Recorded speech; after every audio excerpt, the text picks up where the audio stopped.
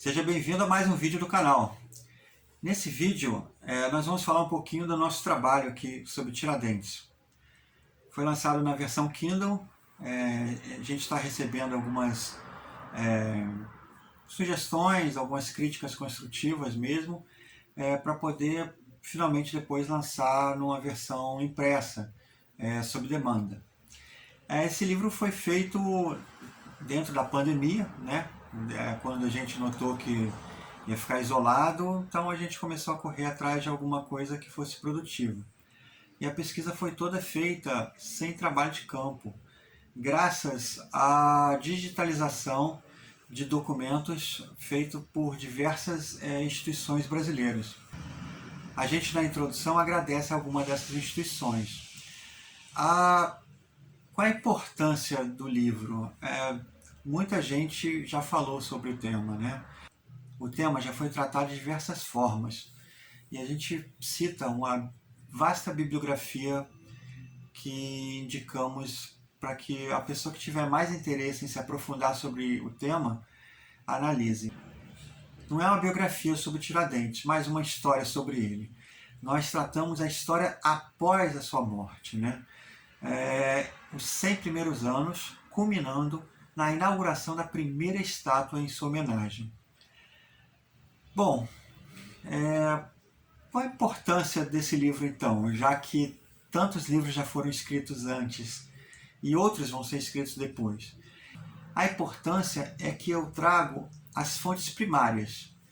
O assunto é tratado de diversas formas por diversos autores diferentes. E a forma que eu escolhi de tratar sobre Tiradentes foi analisar o que foi escrito sobre ele na época em que ele estava vivo e depois, né? E nós reproduzimos essas fontes primárias no livro, o que torna o livro uma referência para quem quiser estudar sobre o tema. Muito se fala sobre Tiradentes, mas muito se fala baseado em fontes secundárias. O que muita gente sabe sobre Tiradentes é o que muita gente falou sobre Tiradentes, e não sobre o que foi escrito sobre ele na época. E a gente quis trazer esses documentos, essas fontes, chamadas fontes primárias, né? E é um aspecto interessante, porque a gente desconstrói algumas construções sobre o tema. E, por exemplo, o que muito se fala, o Tiradentes é um feriado após a proclamação da República. Outras pessoas falam que Tiradentes foi um feriado instituído pelos militares. Isso uma busca no Google, você encontra esse tipo de informação. Na verdade, não. Na verdade, Tiradentes ele consta como um homenageado por um feriado desde a segunda Constituição Brasileira em 1891. Né? Eu fiz aqui uma colinha e vou passar para vocês o que a lei diz, o que a lei falou durante a história sobre Tiradentes. Né? E talvez a gente entenda um pouco de como foi construída essa memória sobre o alferes Joaquim José da Silva Xavier. Como eu disse, não é um feriado recente, não é um feriado feito pelos militares. Na primeira Constituição de 1891, a primeira Constituição republicana, nós tivemos uma Constituição monarquista anteriormente, já que se decretava o feriado de 21 de abril como dos precursores da independência brasileira, e entre eles resumidos em Tiradentes, resumidos em Joaquim José da Silva Xavier ou Tiradentes. Ou seja, a Constituição republicana de 1891 já tratava Tiradentes como um feriado para se lembrar daqueles que haviam sido precursores da independência, não atuantes da independência. O atuante da independência foi em 1822. Né?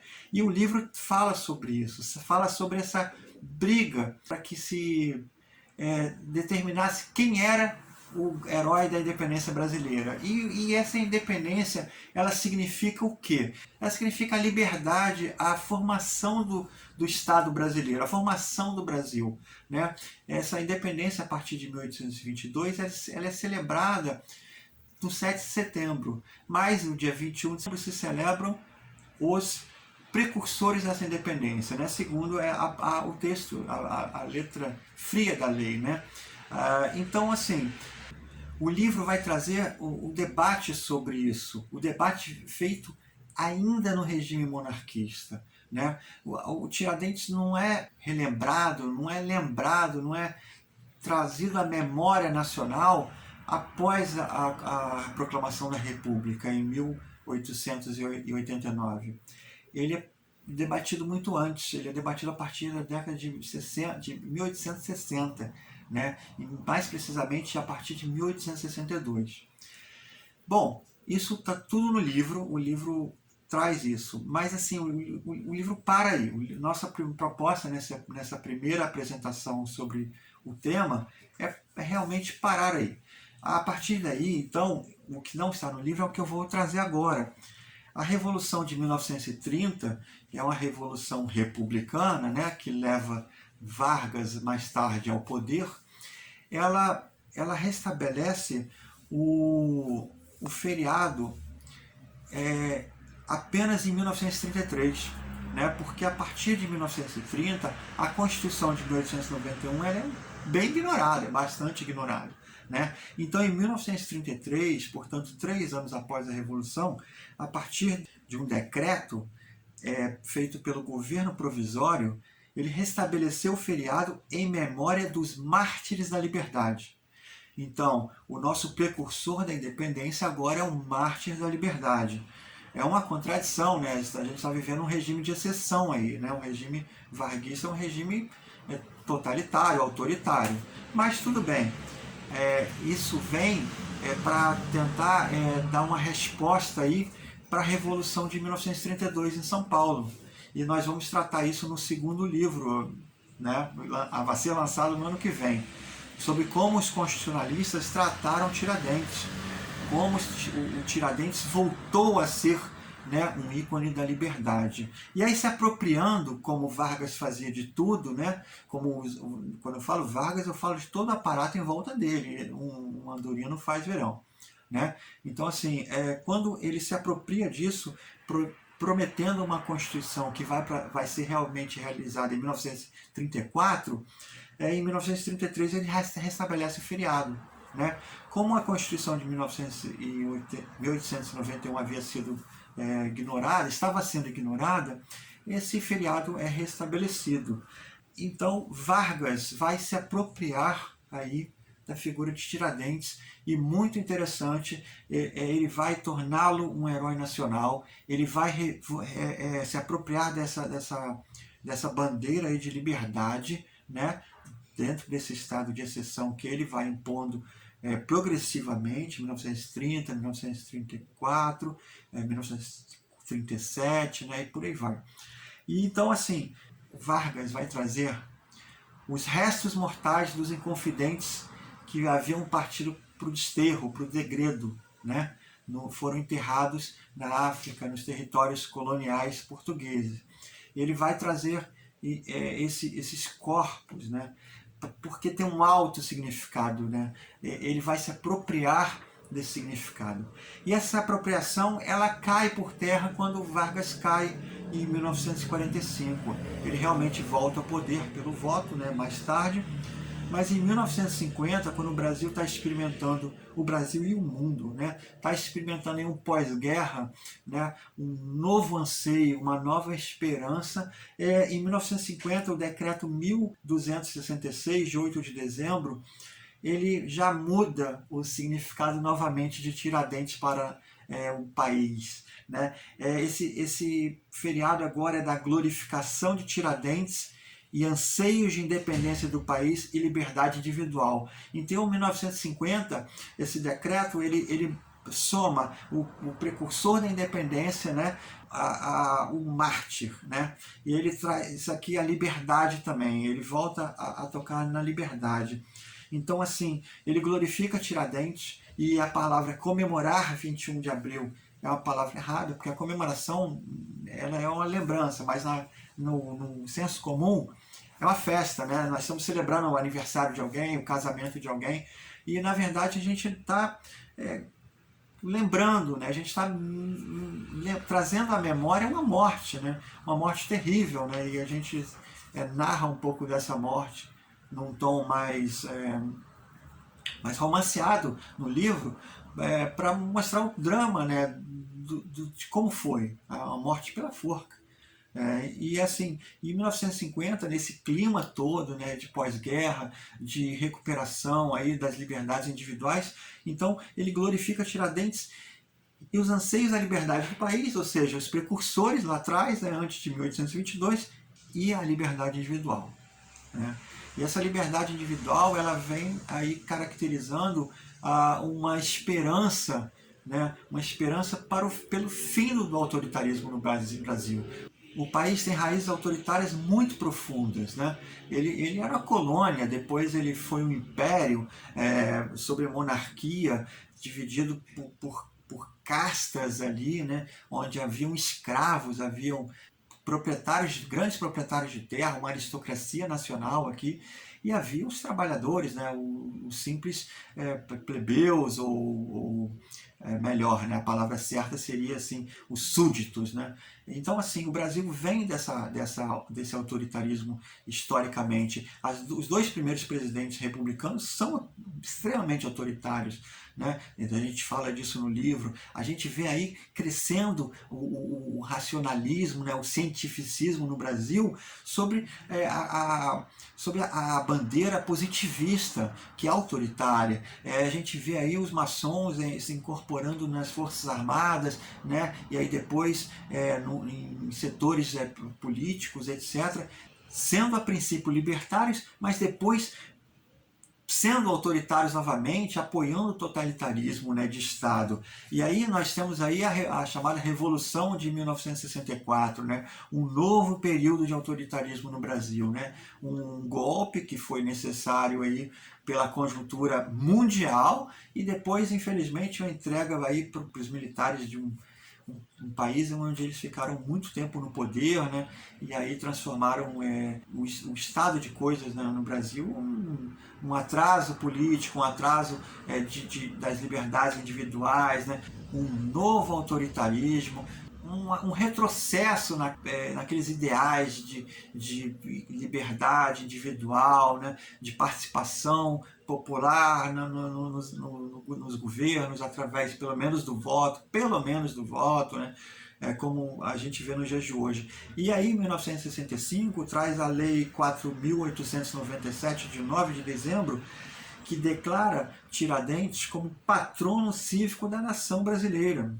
Né? Agora ele é o herói nacional. Os adeptos do autoritarismo pegam aquele que se levantou contra um regime autoritário, onde ele se levantou contra um regime monarquista discricionário, né, pelo menos com a colônia, né, e se apropria dele. Ele se apropria dele e o feriado passa a visar evidenciar que a sentença condenatória de Joaquim José da Silva Xavier não é labéu que lhe infame a memória, pois é reconhecida e proclamada oficialmente como o mais alto título de glorificação do nosso maior compatriota de todos os tempos, um militar. Então nós temos lá atrás um precursor da independência, depois um mártir da liberdade, depois alguém que lembra os anseios da independência do país e da liberdade individual, e agora nós temos o mais importante brasileiro de todos os tempos. Bom, eu não vou me aprofundar nisso porque o livro não trata disso. Isso é a continuação da nossa pesquisa, né? Esse texto de 1950, ele é revogado em 2002 por Fernando Henrique Cardoso, né? E aí, 21 de abril passa a ser um feriado nacional em memória a Tiradentes. Né? O texto não traz mais essa informação, né, sobre quem ele é, se ele é um mártir, se ele é um herói, né? Ele não traz mais essa informação. O último texto de 1965 é o texto usado comumente para se entender o feriado de Tiradentes. Mas o feriado de Tiradentes ele é importante por estudo, né? Por lembrar que ele tentou uma independência, mesmo que regional, mesmo que da região ali de Minas Gerais, não se entende Brasil ainda em 1789, né, quando a conjuração, a Inconfidência foi debelada, não se entende ainda com Brasil, não se entende nem brasileiro, não existia brasileiro para a lei. Né? Todos nossos antepassados, eram cidadãos portugueses. Né? Isso aqui era território de Portugal. O livro ele está disponível na plataforma Kindle. A gente vai tratar com base nesses documentos feitos na época, né, as chamadas fontes primárias, justamente esse debate sobre a memória de Tiradentes. A gente trata aí até em torno de 1894, mais ou menos 2 anos após o centenário da morte de Tiradentes, quando em Ouro Preto, né, no lugar onde a cabeça dele havia sido lá afixada num poste até apodrecer, erigida ali, erguida uma estátua em sua memória, né? E aí a gente entra na contemporaneidade, né? No tema atual sobre vamos derrubar estátuas, e a gente vê aí historiadores perguntando: e o que faremos com a estátua de Tiradentes? Ele tinha 6 escravos. Pelo amor de Deus, aí a gente entra num anacronismo estúpido, porque naquele período, naquela época, qualquer pessoa que tivesse bens investiria num escravo. Né? Qualquer pessoa que tivesse recursos, e os recursos estavam nas Minas Gerais em forma de ouro, de pedras preciosas, qualquer um teria escravos. Né? Então, assim, aí seria um anacronismo, seria tudo aquilo que um historiador não deve fazer.